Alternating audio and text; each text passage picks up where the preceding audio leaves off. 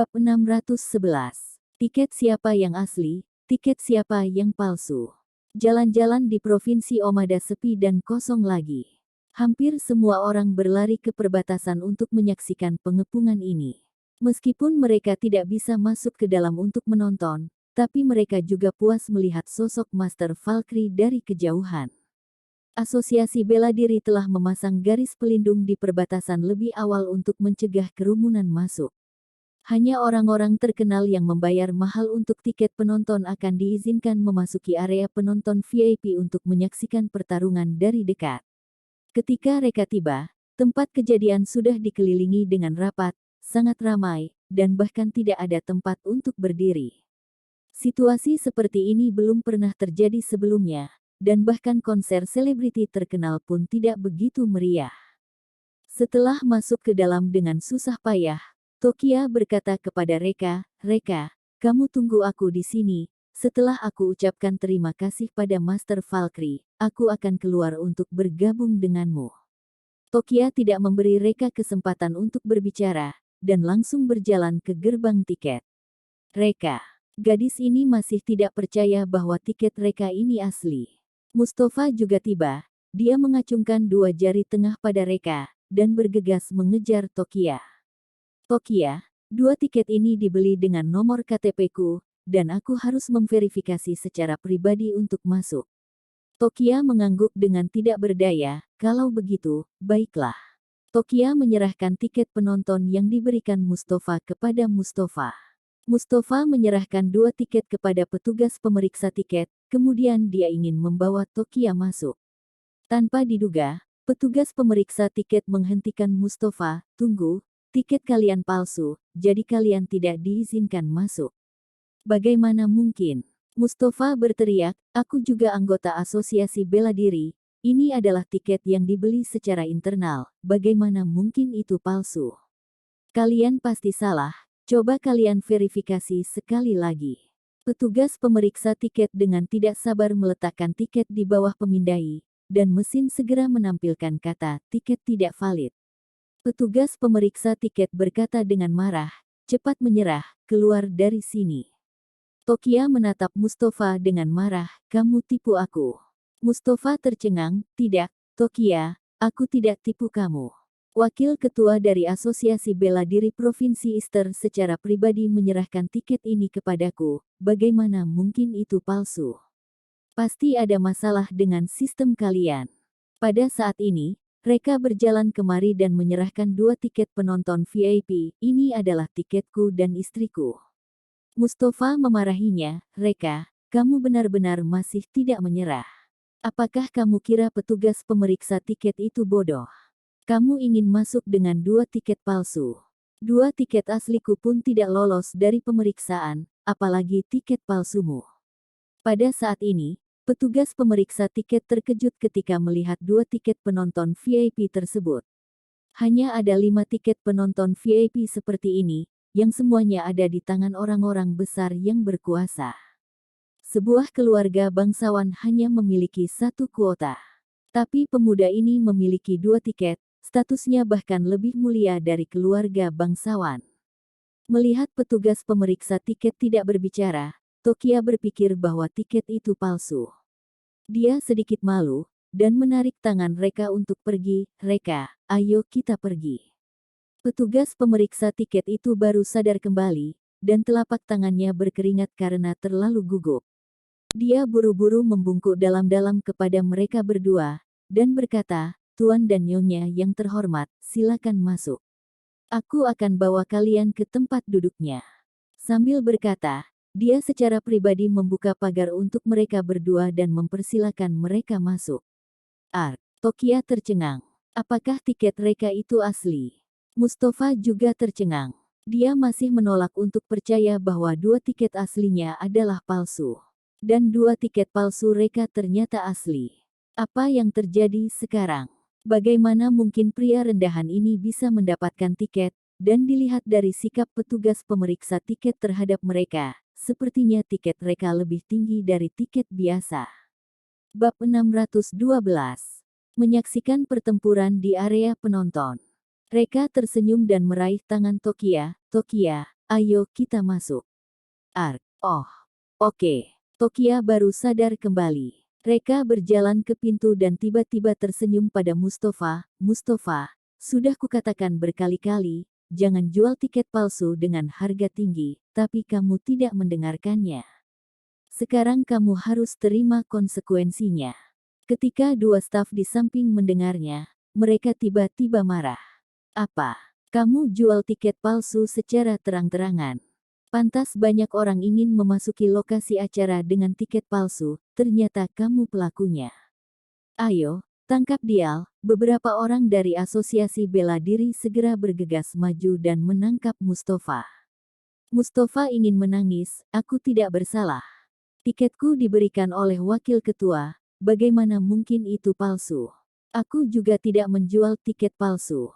Bajingan Reka, kamu menjebakku. Bahkan setelah memasuki area penonton VIP, pikiran Tokia masih sedikit melayang dan tidak fokus. Dia selalu merasa bahwa semua ini seperti mimpi. Mustafa merupakan anggota asosiasi bela diri, tapi dia hanya bisa mendapatkan 2 tiket palsu. Reka tidak pernah berurusan dengan asosiasi bela diri, tapi Reka benar-benar mendapatkan 2 tiket asli. Dan Tokia juga menemukan bahwa tiket mereka lebih cantik dan elegan daripada tiket orang lain. Para staf juga lebih menghormati mereka daripada orang lain. Tokia hampir yakin bahwa 2 tiket ini setidaknya 1 tingkat lebih tinggi dari tiket biasa. Diperkirakan mereka mengenal orang-orang dari asosiasi bela diri, dan status mereka di asosiasi bela diri tidak rendah. Setidaknya berkali-kali lebih tinggi dari Mustafa. Tokia bertanya dengan hati-hati, Reka, katakan padaku yang sebenarnya, dari mana kamu mendapatkan 2 tiket ini? Reka tersenyum dengan misterius, kamu akan tahu nanti. Berpura-pura misterius. Tokia berkata dengan manja. Setelah berjalan jauh ke depan, Tokia menemukan sebuah pola. Semakin dekat tempat duduknya, semakin dihormati identitasnya. Tapi sekarang mereka hampir berjalan ke barisan depan, dan petugas pemeriksa tiket yang membimbing mereka masih belum berhenti. Pikiran yang menakutkan dan berani muncul di benak Tokia, jangan-jangan tempat duduk kita di barisan paling depan. Ini tidak mungkin, bahkan Petrus, orang terkaya di kota Geffen, hanya bisa duduk di baris keempat. Pada akhirnya, di bawah tatapan Tokia yang tidak percaya, petugas pemeriksa tiket membawa mereka ke barisan paling depan. Tuan, Nyonya, silakan duduk. Jika Anda membutuhkan sesuatu, silakan beritahu kami kapan saja. Penonton VIP lainnya semua menatap mereka dengan hormat.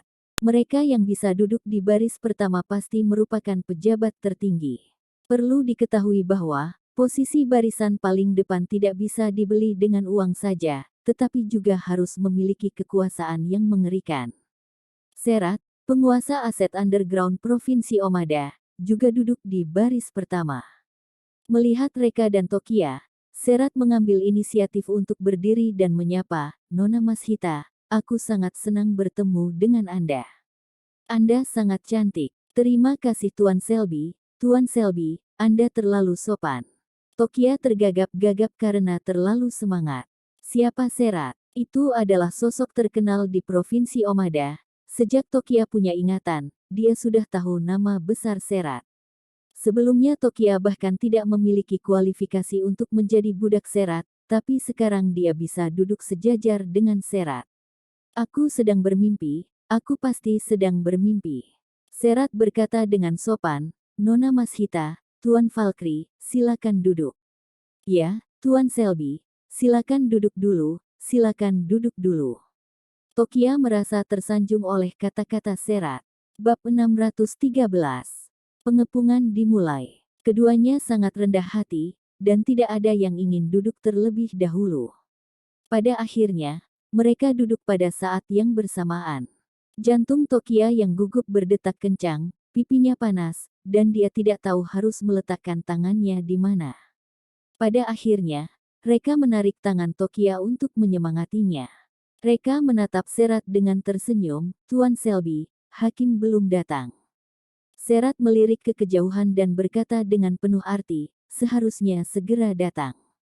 Pada saat yang sama, Perbatasan Provinsi Easter yang terpisah dari hutan belantara di sini, sebuah tim yang terdiri dari 10.000 orang berkumpul dalam kelompok.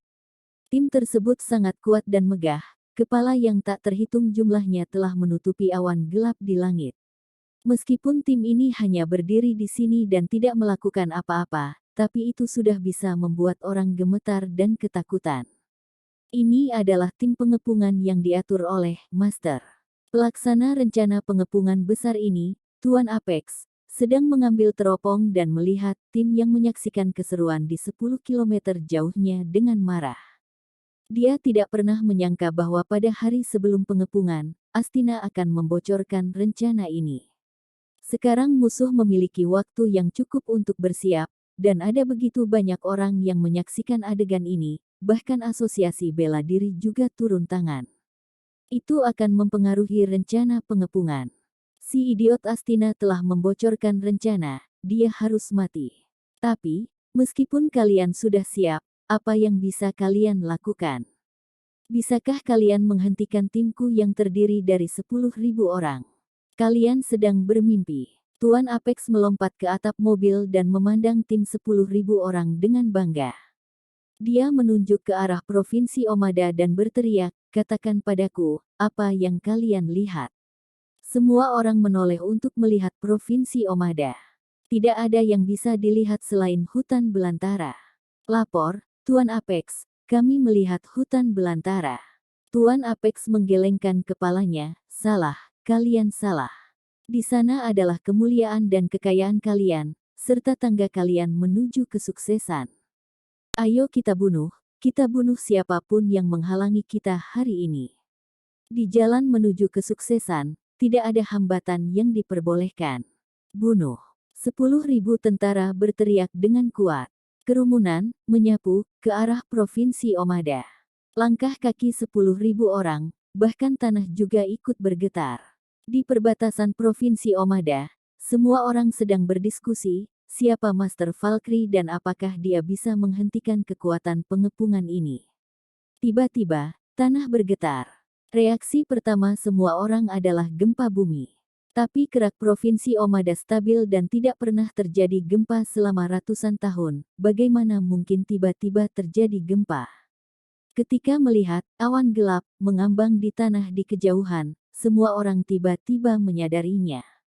Ini bukan gempa bumi, ini adalah langkah kaki pasukan musuh. Semua orang menjadi panik, jumlah musuh terlalu banyak, pasukan musuh bahkan menutupi awan gelap di langit. Dari kejauhan seperti itu, semua orang sudah ketakutan, jika menghadapi musuh secara langsung, diperkirakan mereka akan mati karena ketakutan. Di mana Master Valkyrie? Kenapa dia masih belum muncul? Bisakah dia menghentikan serangan sengit ini? Pada saat ini, kerumunan sudah siap untuk melarikan diri. Sebuah mobil jeep perlahan berhenti di depan Serat dan yang lainnya. Pintu mobil terbuka dan Hakim turun. Mata semua orang tiba-tiba menjadi semangat.